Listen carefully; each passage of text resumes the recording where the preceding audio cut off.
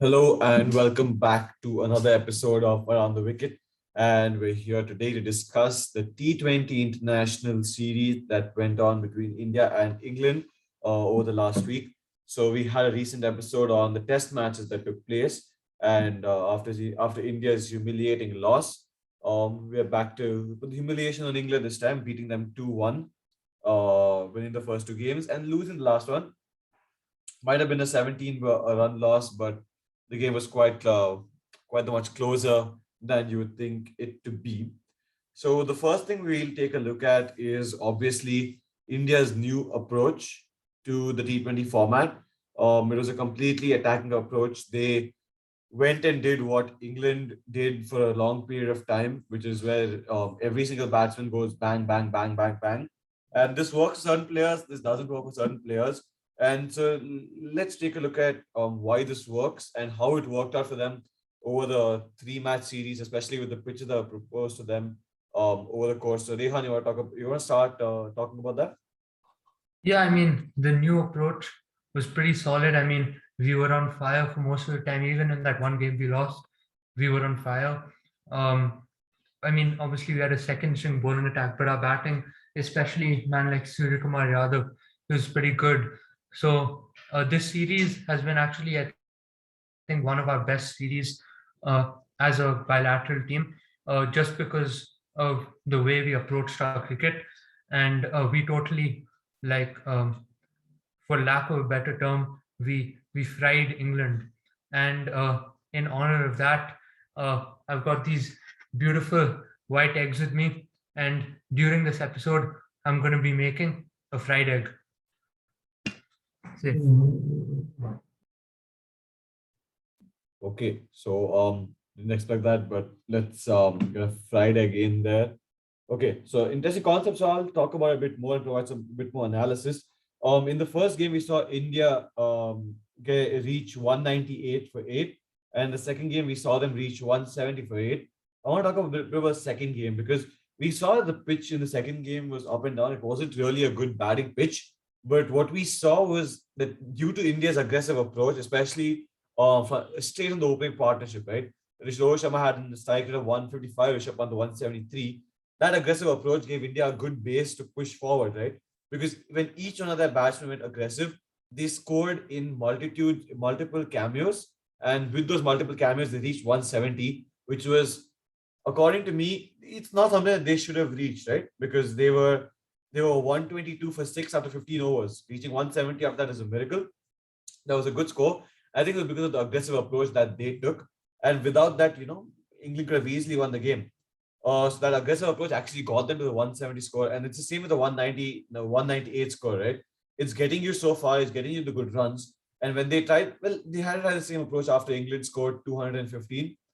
And well, they did. Suryakumar Yadav did really well with it, and good batting performance.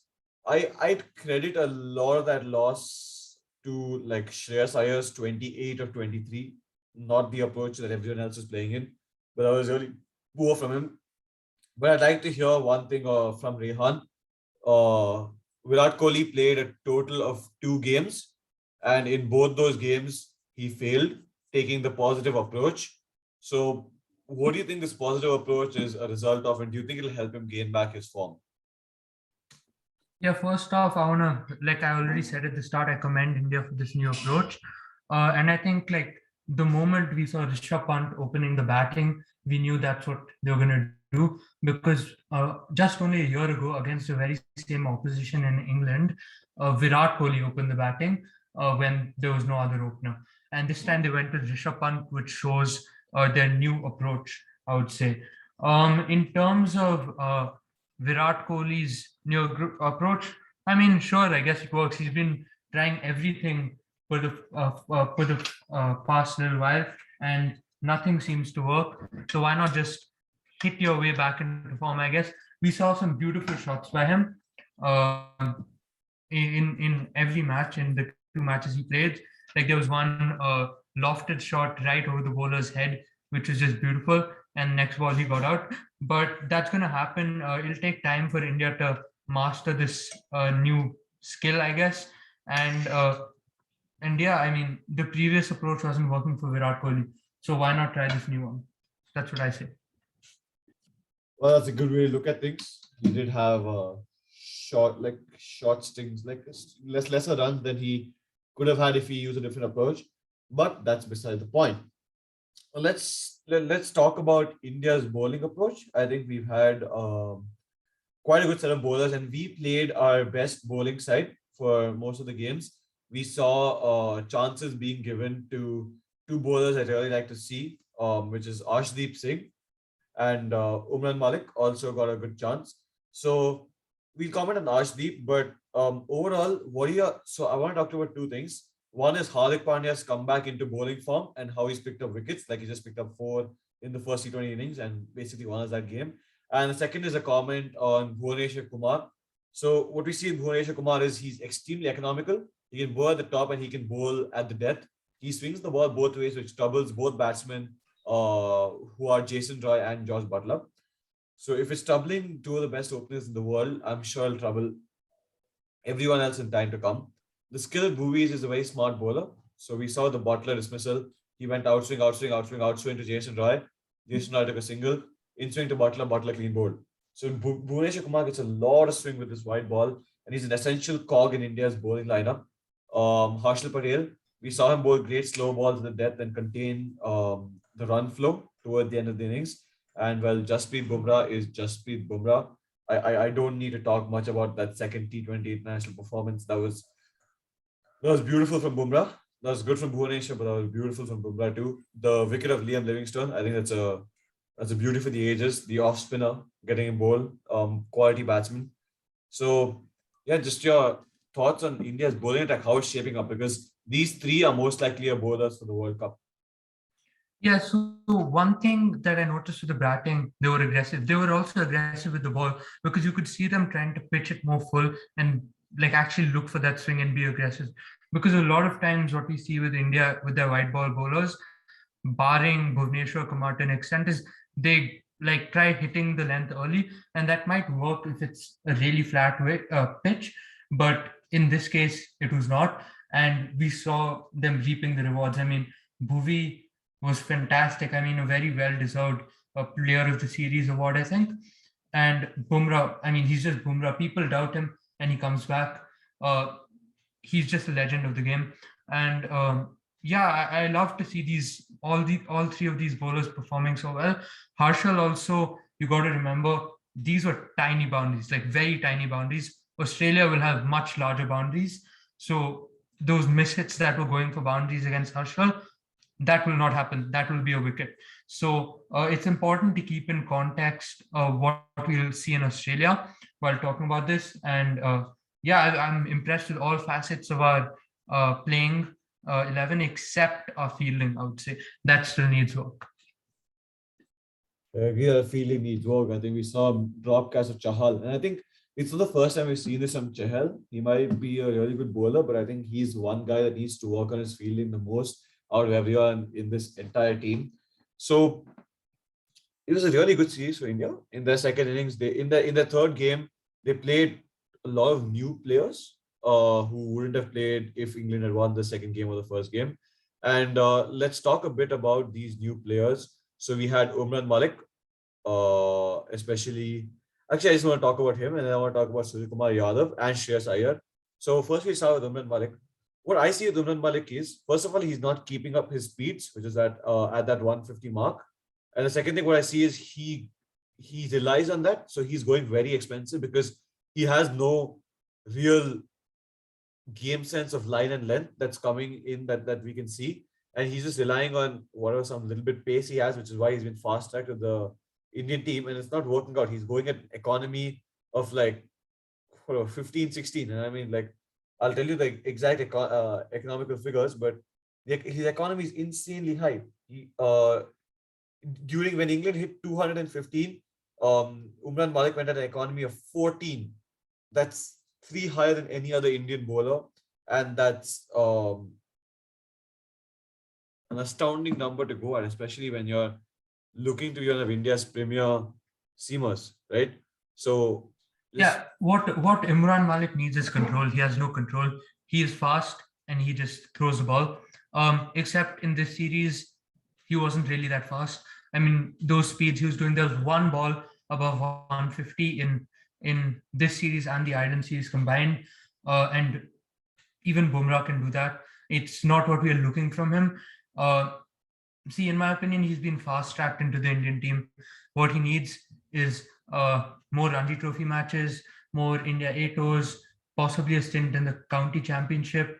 You don't throw him in straight away. You have lots of other people, like Arshdeep was sidelined in the Ireland series because of him, and then Arshdeep made his debut. We saw the wonders that he did. So I think Umran Malik needs work. He doesn't need match practice per se. He needs to learn cricketing logic. Like, he needs to get more cricketing brains, is what I would say. I think the best person to give him that is Dale Steyn at the Sunrise Hyderabad, a man of insane pace, well, a man of fury, as some would like to say. Okay, so I'm going to leave this to you because I think you're the apt man to talk about it. Shreyas Iyer, go. Yeah, so Shreyas Iyer, I mean, look at this beautiful. Wait, you can't see it properly. One sec. Look at this. Can you see the egg?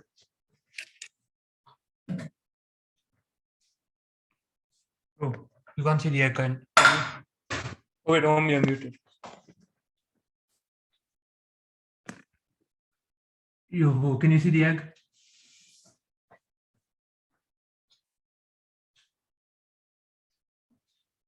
There you go. There's the egg. Safe. So this is Om, you're muted. Oh, I was waiting for. Oh, sorry. I was saying just like England for you. Yeah. So this egg is an active representation of England and Shreyas Iyer. I think he adds absolutely zero value to the team. He is an under. He is useless. Actually, he's not even an under because that innings practically lost us the game. It had negative match impact, I would say. So he should not be considered for T20s. There are just so many better candidates. I'm not saying he's a bad player. He's just not good enough. You know what I mean? He's just not good enough. And bro, like, see, that short ball thing is a real issue, man. Like, he's got to deal with it. He's scared of it. He's moving away. I just don't see how you can forget about the playing 11. I don't see how you can use up one of those precious 15 plane tickets and take him to Australia. That's just not feasible, in my honest opinion. I know he's the KKR captain. He's my captain, but as an honest KKR fan, Shreyas Iyer needs to be dropped from the Indian team. It's a smart call. I would say 28 or 23 in that situation where Suryakumar Rao is going like what he is. By batting at that in that way, first of all, you're hogging strike away from a batsman in form, and second of all, you're not doing the team that much good. Either you could have rather given Dinesh Karthik more balls.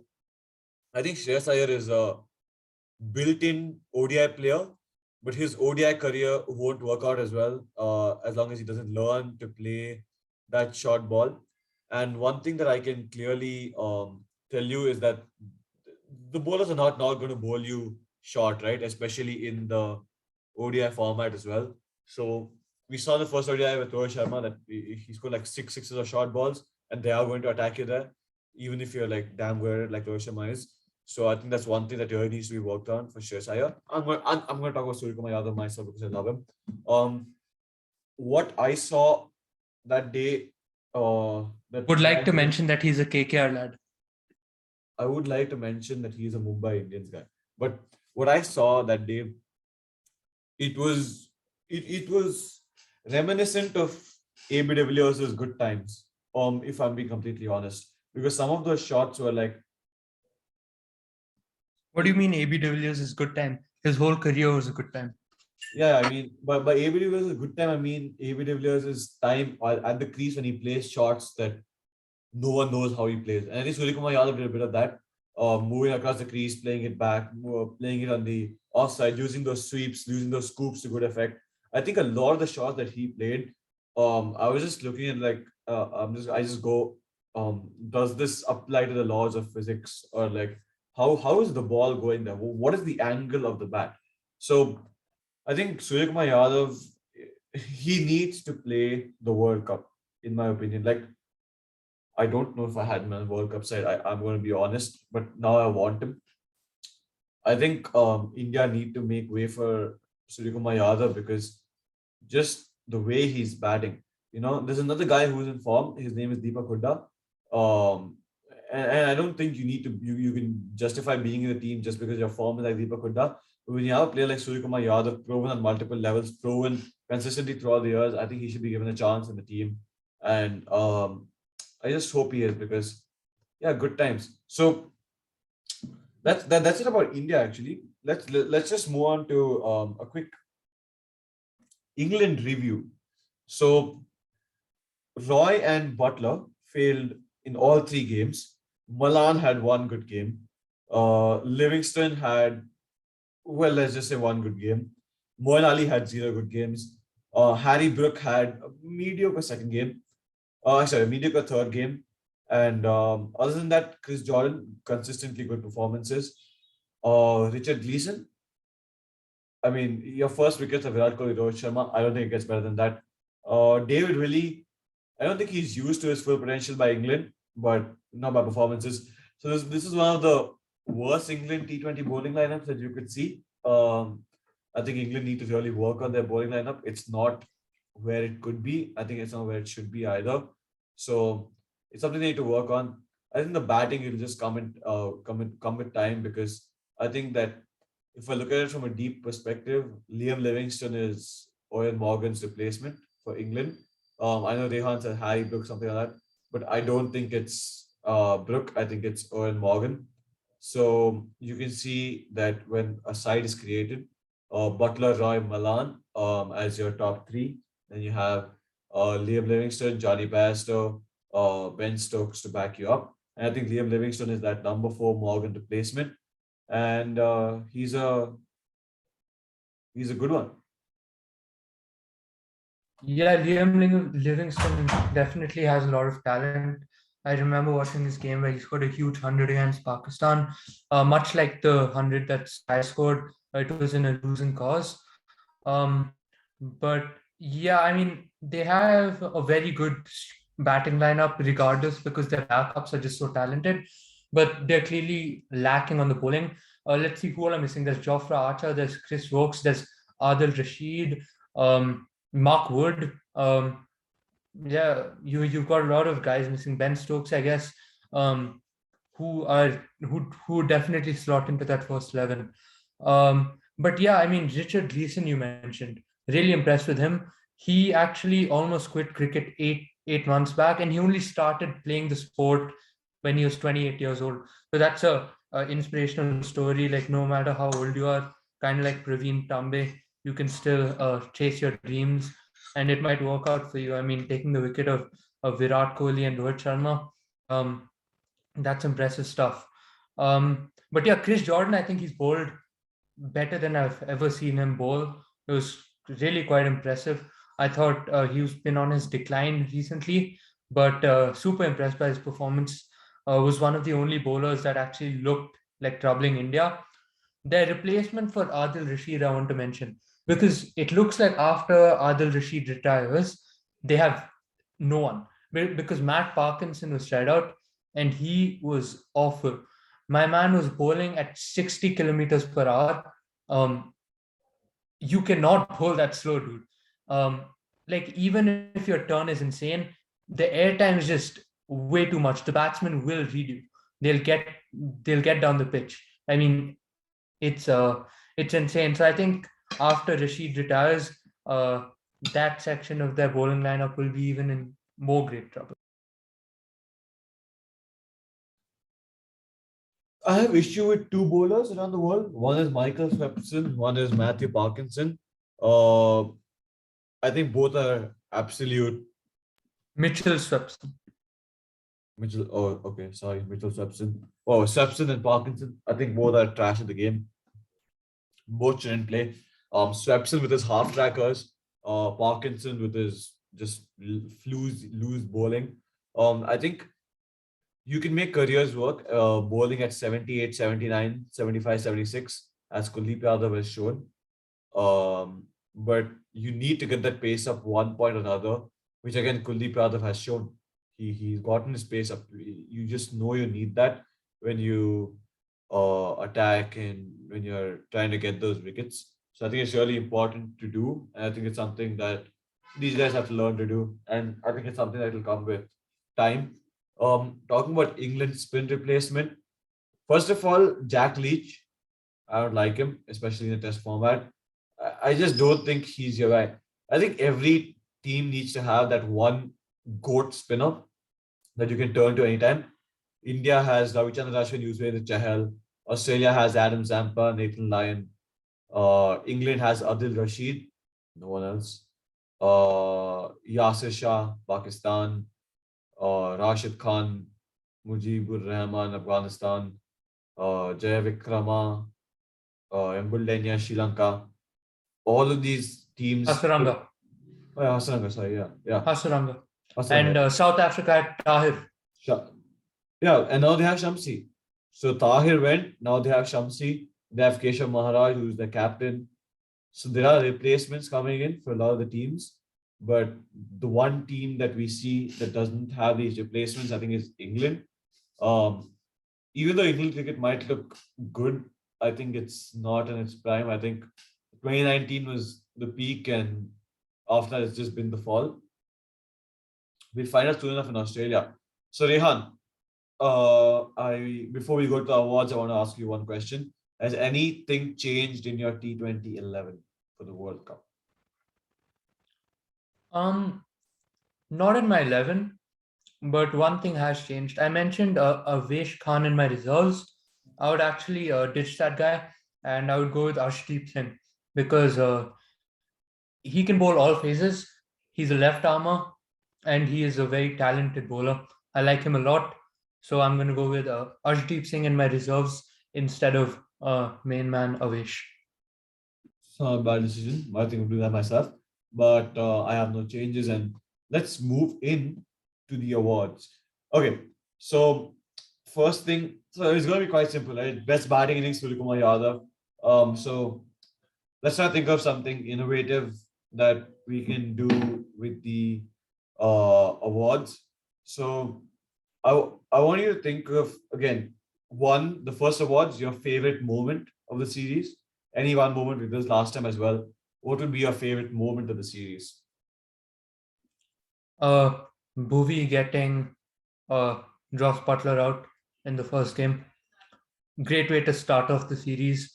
Solid stuff. All right then.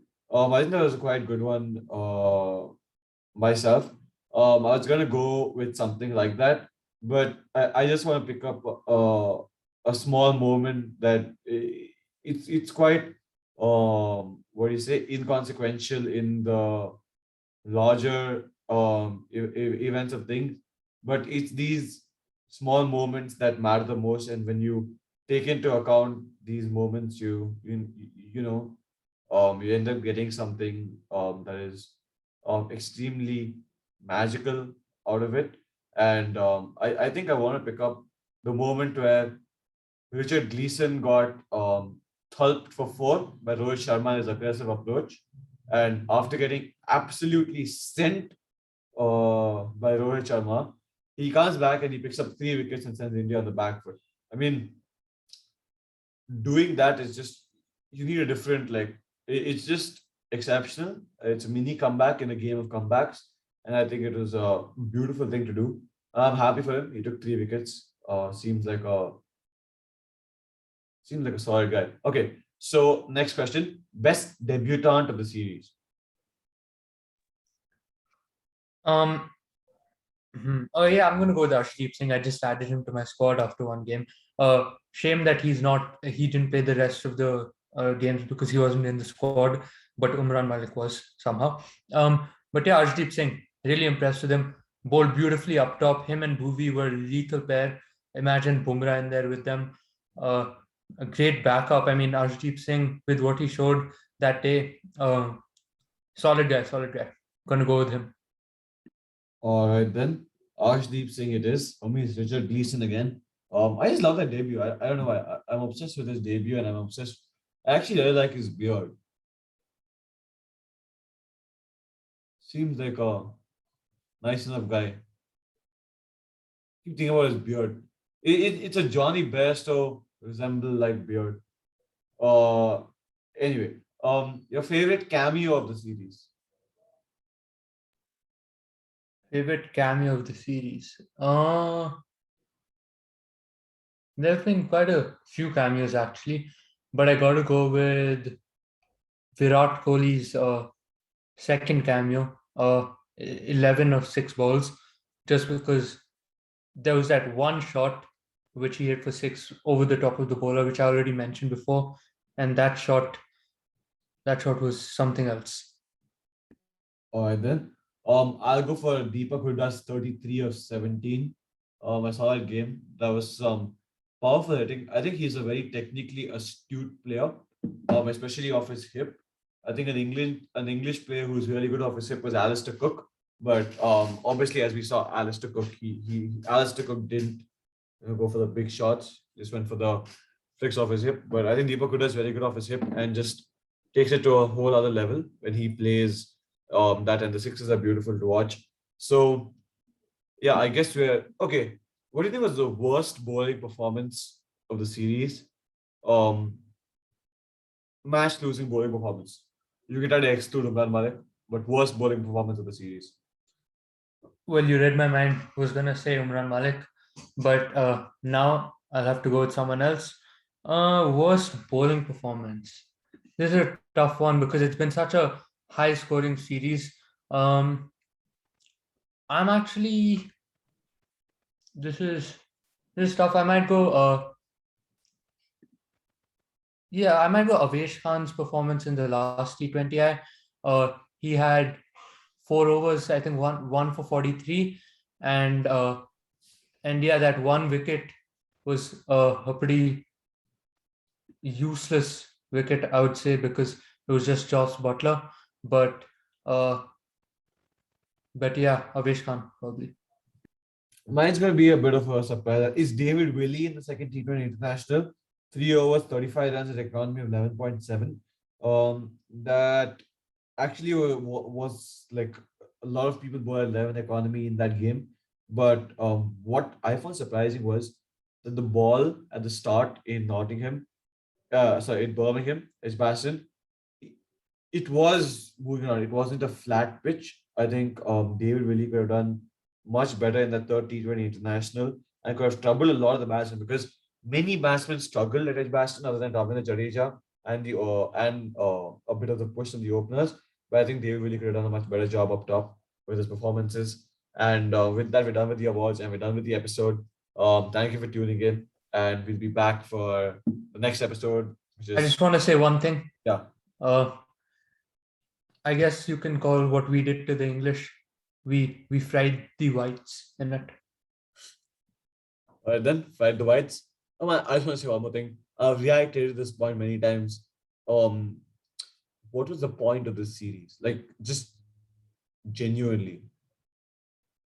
Of this series. This series, I think it helped us give some context into some more stuff. And it's also the first time in a while that we got a first choice 11 back playing T20s together. Still, still, still. So do you just not want us playing any T20s until the World Cup? No, what I see as a ideal T20 setup would be a mixture of what we actually no, just see our more ODIs first of all. Next what I want is every year, every player plays a T20 internationals in whatever leagues they want to play. That's enough T20 international that you play. That's it, T20 games that you play in a long time. And I want a maximum of 3 T20I series in an entire year because I know it might be Per team, right? Huh? Yeah, per team. 320 series per team. Yeah. T20 series per team because right now what every team is doing is they're just spamming T20 international series. Um, we've played 3 T20 international series in the span of 20 days. 3 series against 3 very different countries in 2 very different parts of the world within 20 days. Just think of how preposterous that is, right? And with 3 T20I series, I mean 10 games. 10 games. Yeah. I don't think that should happen. That And these 10 games are on back of 74 games or 70 plus games in the IPL. And you have a test match in the middle of that. So schedule is insane. I want to talk about one thing that I was watching some football, surprisingly, and it's something that Courtois said in the interview after the game. He said that they can't expect us to play so many games, right? He talked about how many leagues they have and how many matches they're supposed to play for the international side, for the club side. And you can't expect a player to play all these games. They have injury, they have injuries to worry about, they have their family to worry about, they have their mental health, they have so many things to worry about, and we're just spamming series at them. And I think this does two things. It takes away the value of a single game that is played. The more you play, the less of the value of every single game that's played. I think that's the same with money, the same concept applying here. And I also think that when you play so many T20 series, it just takes away from the essence of the game. The essence of the game is Test cricket, and I think ODI cricket gives you like the allowance to score many runs, while T20 cricket is just bashing, bashing, bashing. I think that's how cricket is supposed to be played. So hopefully we can do something differently. It's just my thought. So we'll end the episode on that. interesting And take. yeah, thank you for tuning in, and we'll back for the ODI series.